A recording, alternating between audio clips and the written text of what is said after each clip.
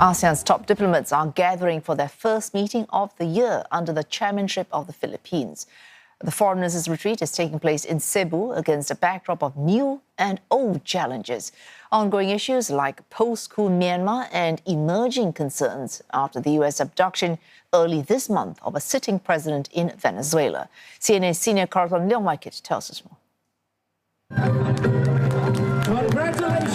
Another year, another chair. And the challenges are mounting. ASEAN is now facing profound changes in the world.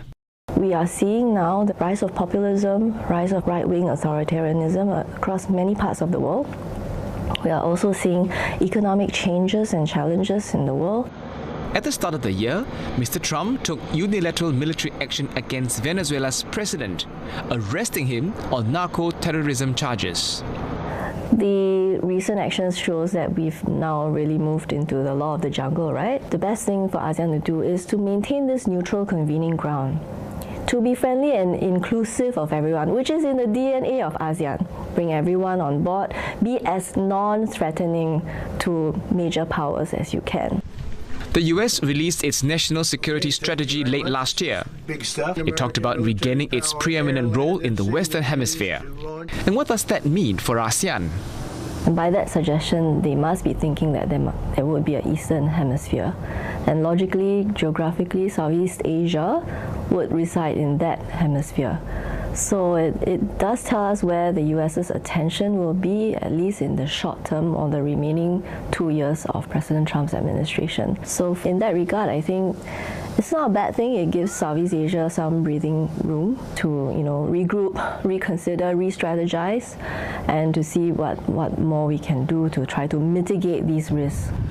Closer to home, border clashes between Thailand and Cambodia remain a concern. The ASEAN chair also has to mitigate risks in its own backyard. Among them, the continuing tensions in the South China Sea. Manila is concerned that China could actually occupy actual Philippines territory on the Luzon Strait. The reason is because if the Chinese Navy need to successfully and safely move out from the South China Sea into the Western Pacific, they need to secure the Luzon Strait to make sure that the Americans and the Philippines could not conduct missile attacks on Chinese warships. And this is why ASEAN, led by Manila, is pushing for progress with Beijing on a code of conduct on the South China Sea. The Philippines will also have to deal with the crisis in Myanmar, which in December kicked off a three-phase election. Despite the polls, the bloc's stance is that Myanmar must implement an agreed peace plan known as the Five-Point Consensus. Only non-political representatives can attend ASEAN meetings.